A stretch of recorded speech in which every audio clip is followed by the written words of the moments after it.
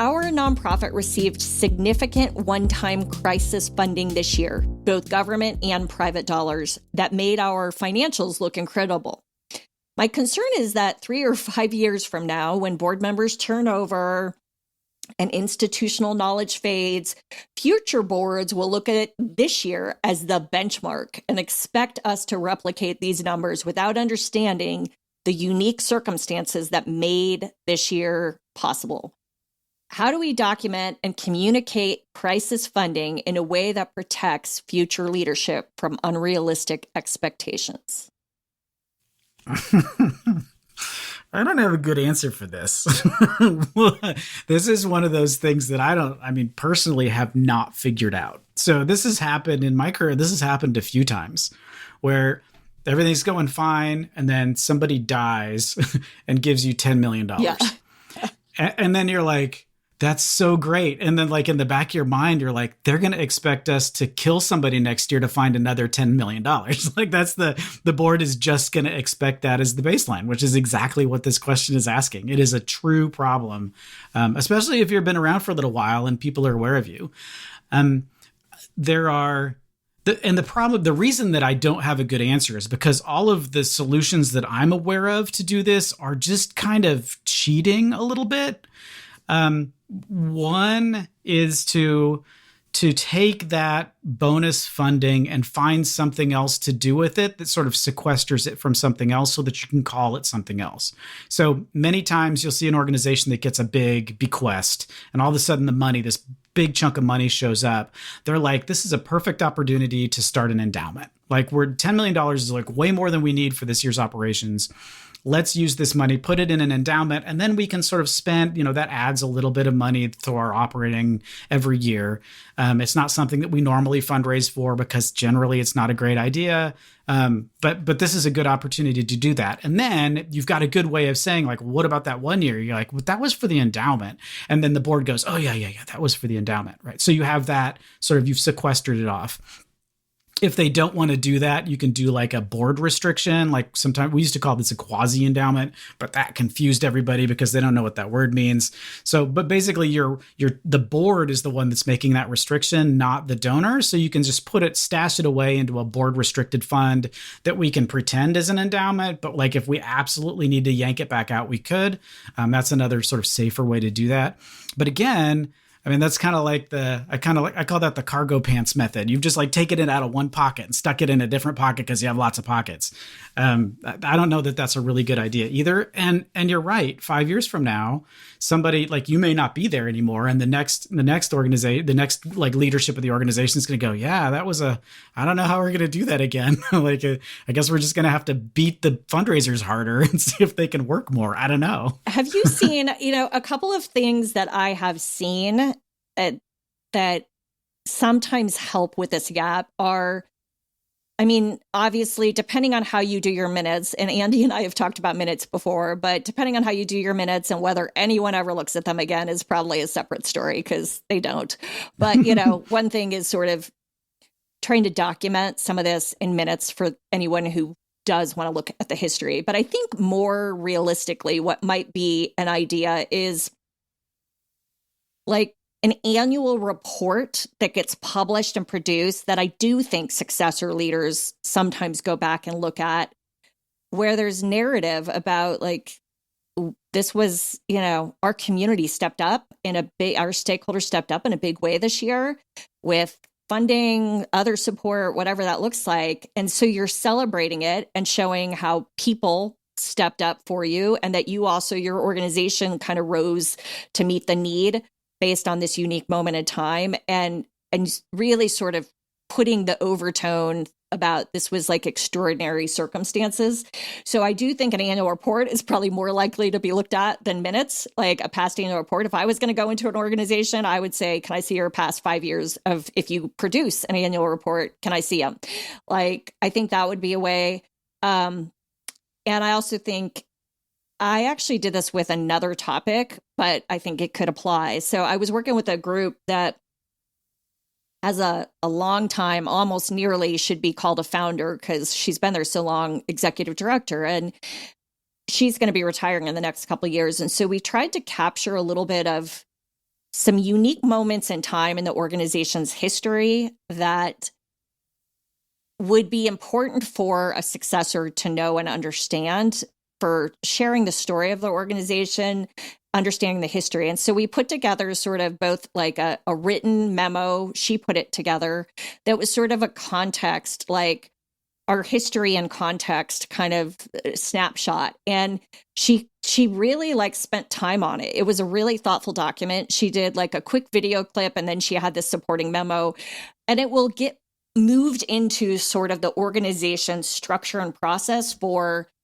future leaders, like after she leaves. And so that was very intentional. And it was created with this exact same thought in mind, that whether it was a major program shift, whether it was a financial shift, like somewhere it was encapsulated in a way that someone could go, aha.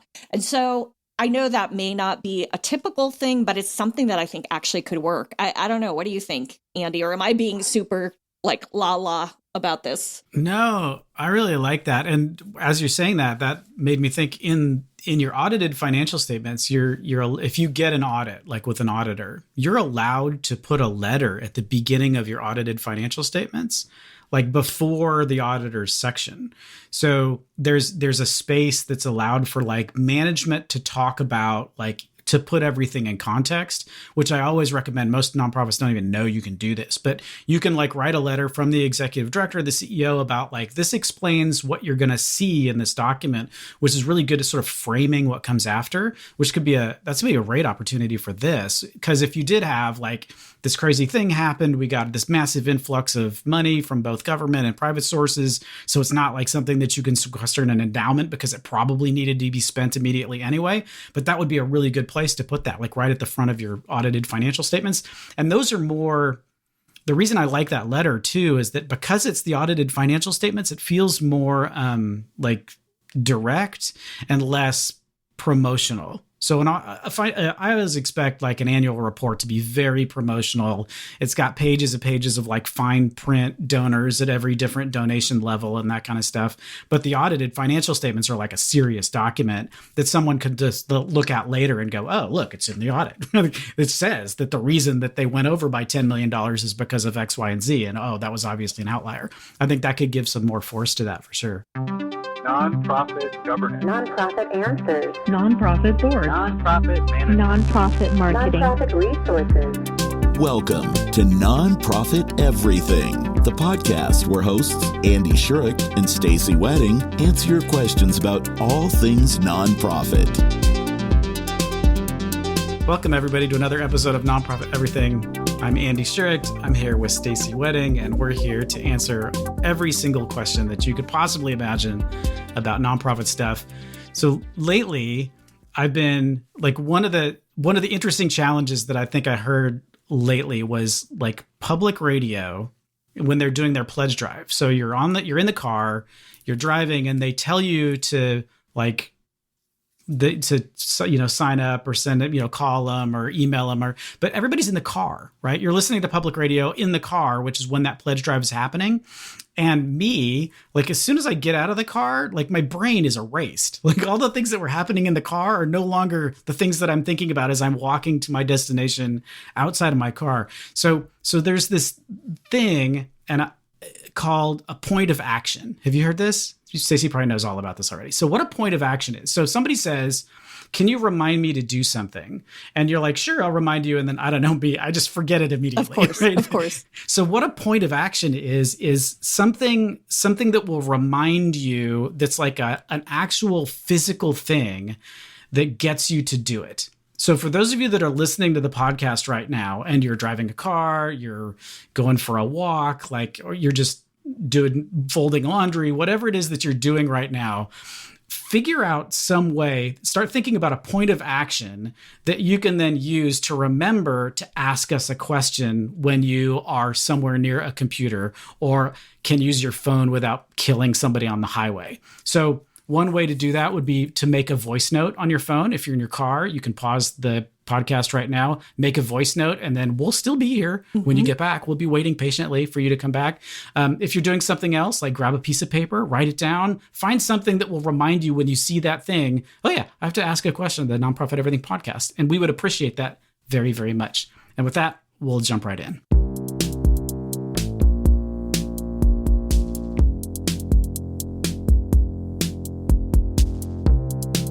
Okay, Andy, we got a really long, sort of juicy story from somebody, and we're going to try to condense it and still keep the spirit of it alive for this question.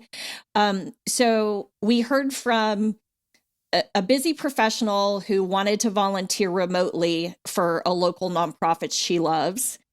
And after some exploration, the manager, who's one of the contacts she's dealt with, decided, she, in alignment with the manager, decided to focus her time on kind of researching grants as a potential option. And so she spent weeks creating this detailed spreadsheet of funding opportunities and all the stuff that goes with that.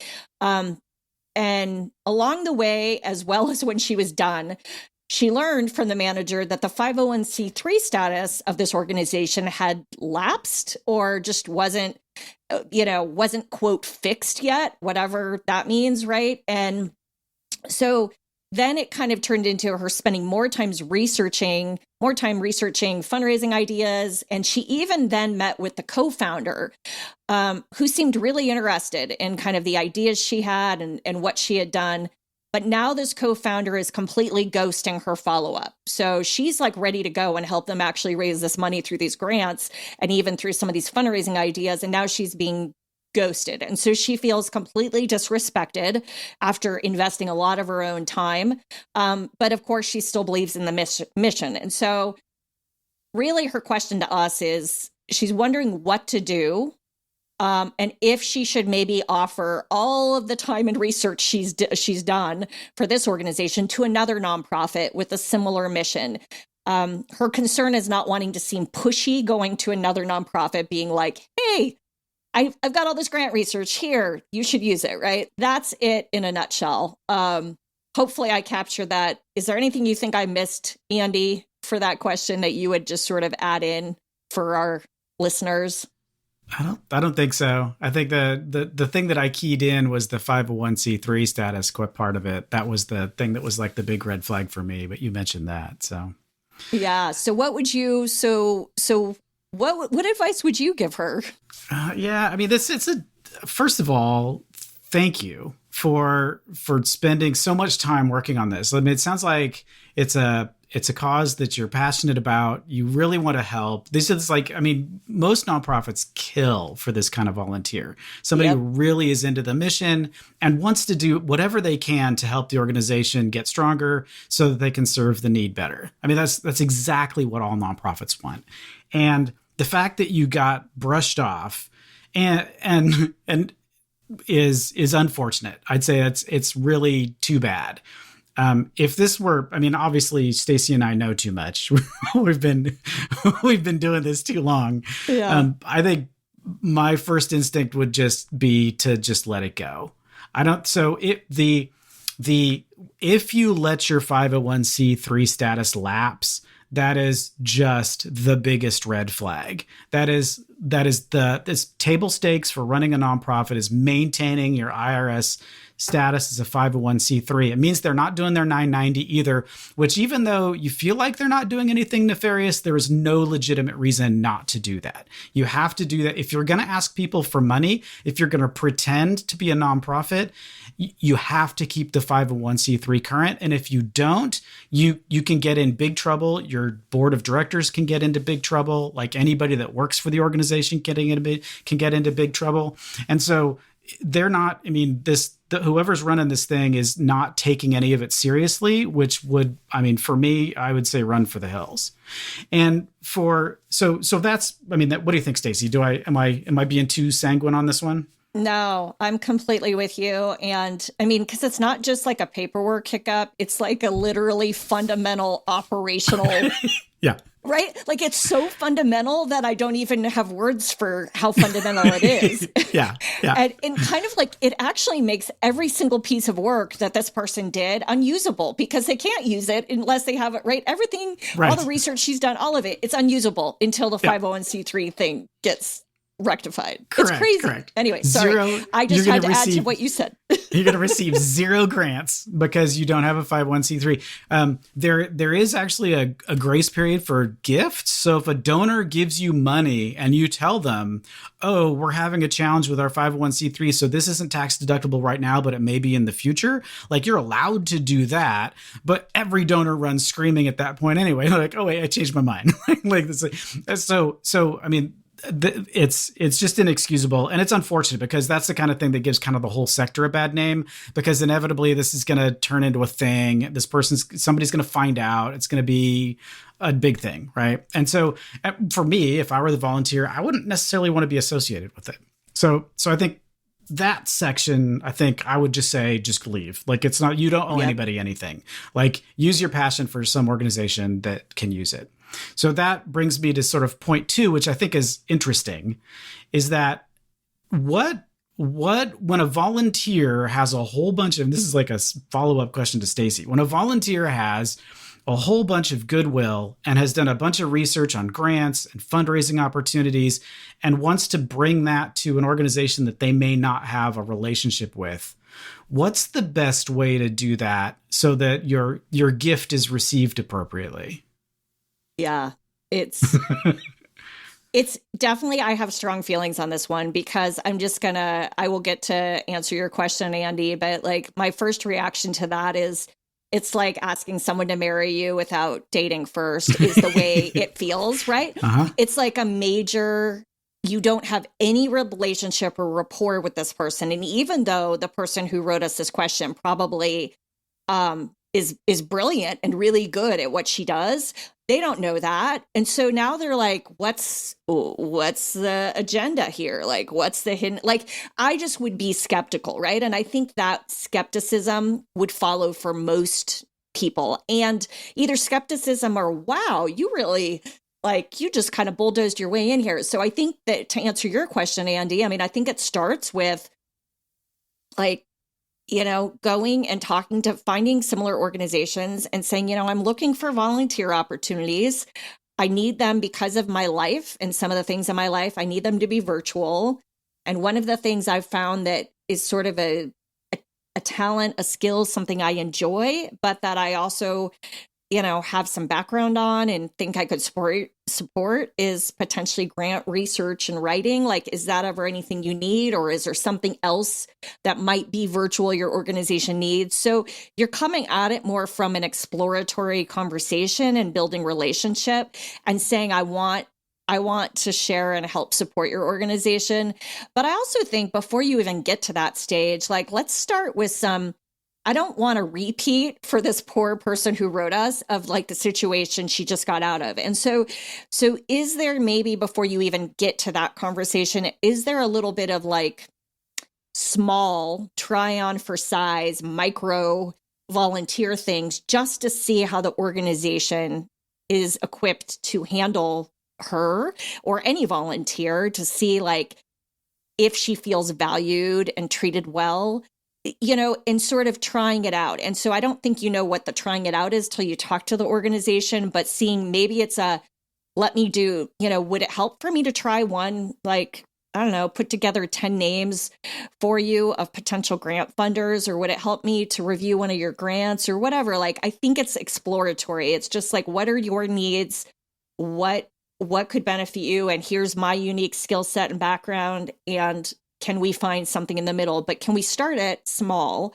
And then you get to like try it out before you invest weeks and weeks, like she did, into something that really just, felt awful for her in the end. So I just go about all this and say it's building a relationship and not just kind of starting out strong and ready to do it all. So how about you, Andy? Yeah, I totally agree. It's unfortunate, really, because I mean, like you said, there's tons of people, like any given cause. There are a lot of people that would really like to participate in some way. And we know as nonprofit folks that volunteers that feel like they're doing a good job and they're having fun, they're the ones that are the most evangelical about your mission. They know what you're doing. They're the ones that talk to other people about, oh my gosh, we did this great volunteer. I'm working with this organization. They're doing this awesome stuff, right? They're like they're also like super donors. You don't realize this, but your volunteers are the ones that are much more likely to give to you than others. So there's most organizations really need to strengthen their volunteer core. And when somebody like puts their hand up and says, I want to help, like it's inexcusable to say, oh, I can't think of anything for you to do. Like that's up to them. On the flip side, like from the nonprofit executive side, like this is what happens is you spend your whole day thinking about how to do something. And like, you've thought of all the things and maybe all the things, but you've thought about many, many of the things.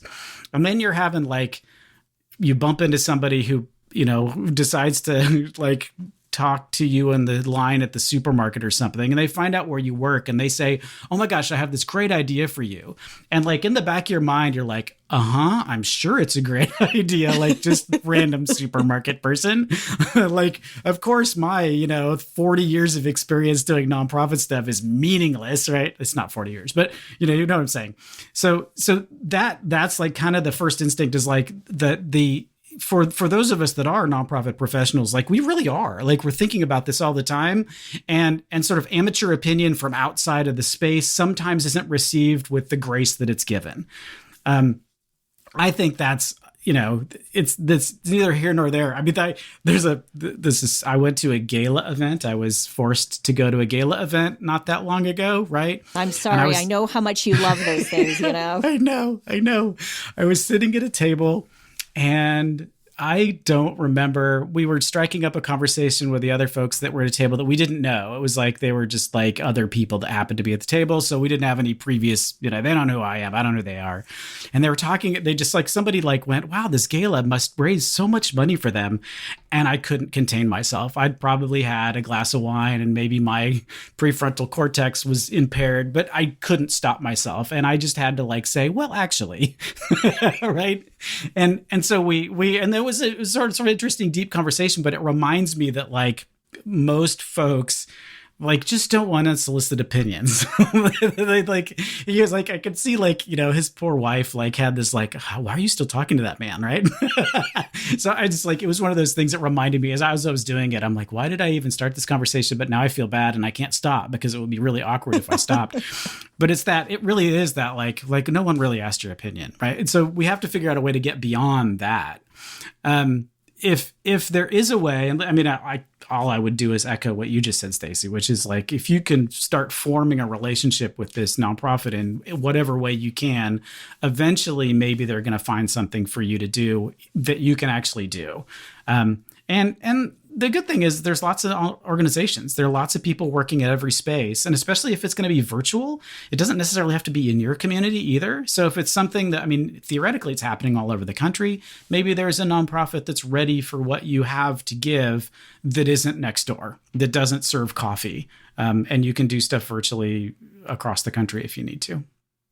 I think one other thing I would add that you brought up for me when you were talking, Andy, was the fact that sometimes the fear for a nonprofit when they're engaging a volunteer that maybe has specific skill expertise is whether that volunteer, A, really knows their stuff, and B, is actually going to make their life easier and not harder. And I say this because I have seen experiences where someone has volunteered to write grants or to research grants, but had needed a lot of like basic information about the organization that the organization had to feel comfortable, first off, sharing with this volunteer.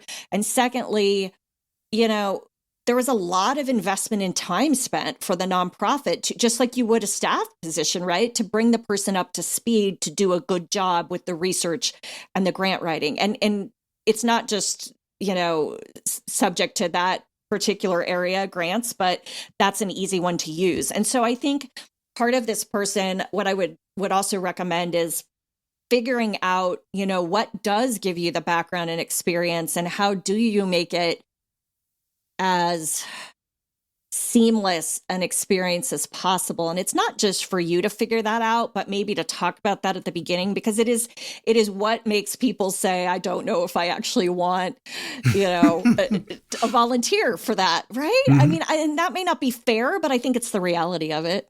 Yeah. I can't think of I don't do everything and know everybody, but I can't think of very many volunteers that do that kind of thing. I mean, that's usually an internal staff job. It really is. And it's really hard to, just from my experience of like writing grants, like my rule when I'm working with an organization is from the finance perspective, like you don't get to actually tender the grant until finance has seen the budget.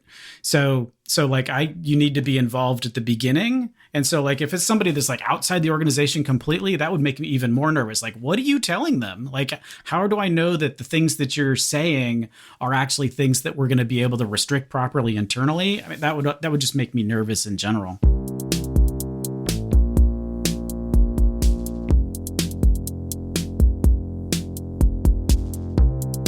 I'm the board secretary for a nonprofit, and we're discussing how, as a board, we can use AI to make all of our jobs easier, particularly mine when it comes to note-taking.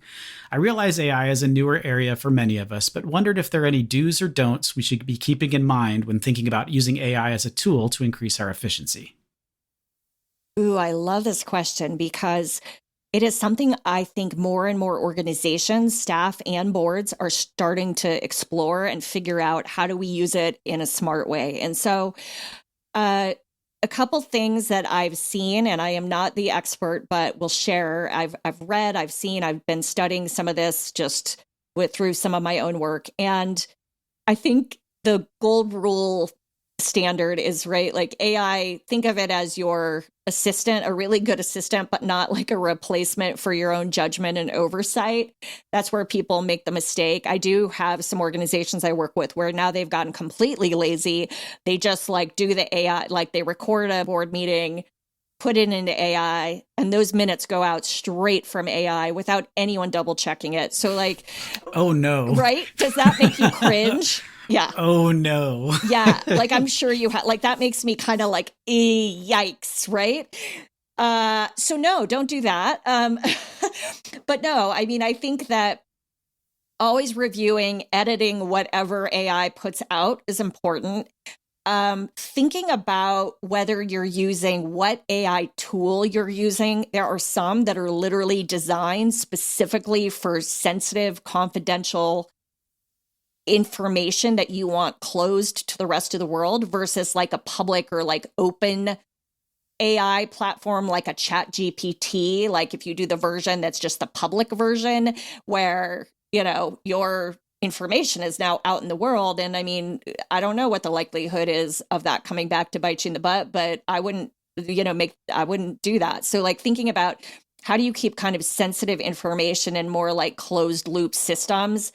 And there's a difference between the open architecture and closed architecture that people smarter than me can talk about. But thinking about, right, that closed system where nobody else is theoretically is getting access to whatever information you're putting out there. So you're not actually helping like the rest of the world with your information. You're truly using it as a tool for your organization. So that's something. I also think that, creating a basic policy. So they're starting to get policies out there, and I will certainly, I'm not going to promise it until I see if I can find one, but I believe there is some AI policies that are starting to come out there, particularly related to board governance that, talk about outline when AI can be used, how it can be used, how you share it with the rest of your board.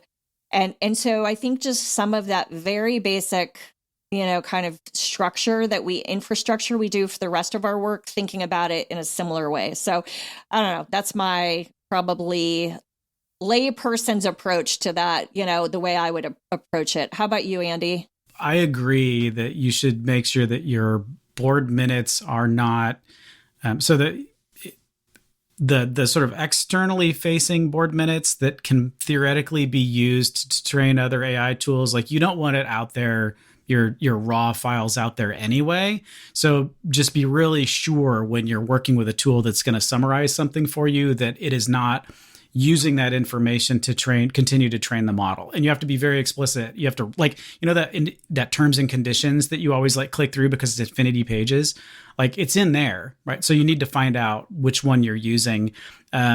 I know specific, and the other thing that you want to do on the flip side of that is you want to make sure that if you are summarizing information that you're giving to the tool, that the tool is only using the information you're giving it to make the summary and not being able to reach out into the wider internet to be able to supplement it with more stuff. So if you're talking about internally, you're talking about a grant proposal and you're having opinions about this grant proposal, and then you upload it into a tool that's not just using your conversation as a summary, it may reach out somewhere on the internet, find information about that grant proposal and pull it back in, even though you never actually had that conversation. So it's it's not hallucination necessarily. It's just augmenting it without something that you specifically asked it for. So that's the other side of it, is make sure that when you're using a summarization tool like that it's only using what you feed it and it's not finding information externally, or else you're going to end up with crazy board minutes.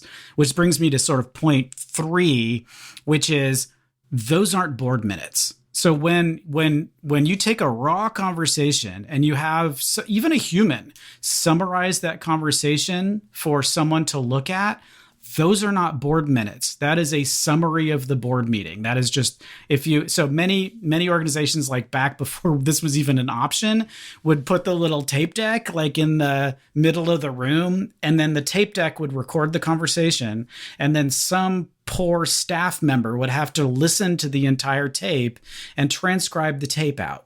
They would then give the transcribed tape back to somebody else on the team who would then create board minutes off of the transcribed tape. And the board minutes are, and I know Stacey and you and I have had this conversation, but it's been a really long time. So it's probably a good one to bring back up, and especially in this context.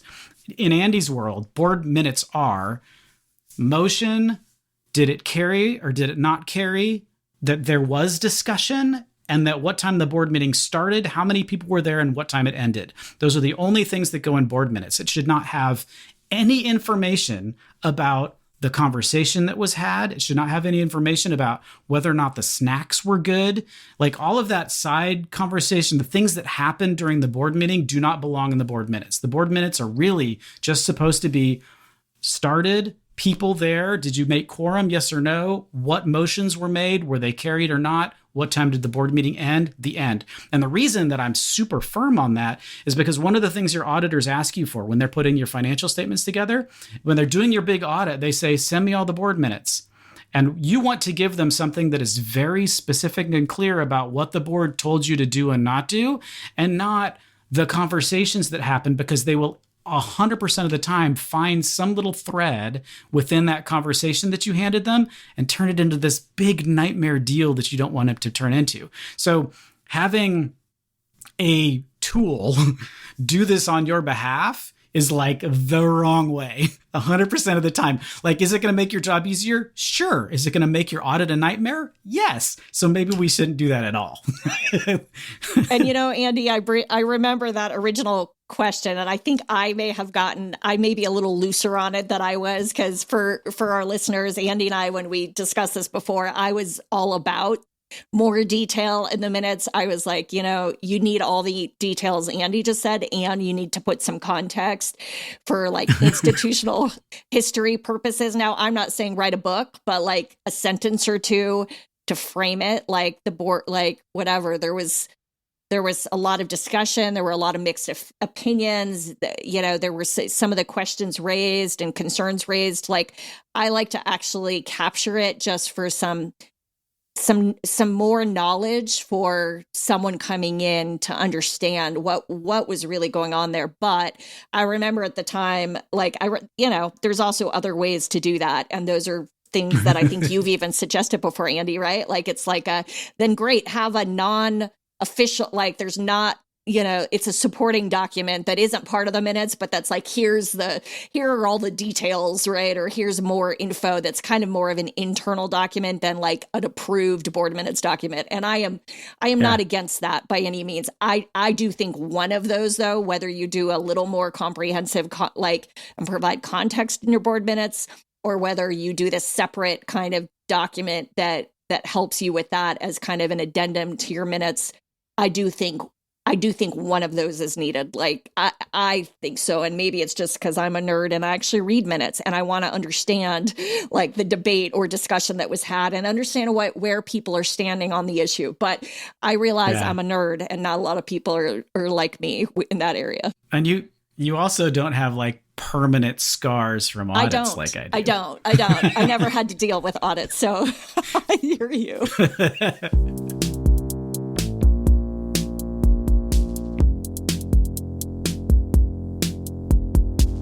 All right, that is a wrap on today's episode of Nonprofit Everything. Andy and I so appreciate you and appreciate you joining us. So your call to action, hit subscribe, share this with another nonprofit change maker like you, and send us your questions. Check us out, nonprofiteverything.com. And we just want to say that if you're running a nonprofit, we know that it can feel crazy and like your hair is on fire on most days, and we want you to know you're not alone. We hope that we bring a little bit of light and humor to this, and hearing other people's questions makes you also know you're not alone. So until next time, just keep changing the world.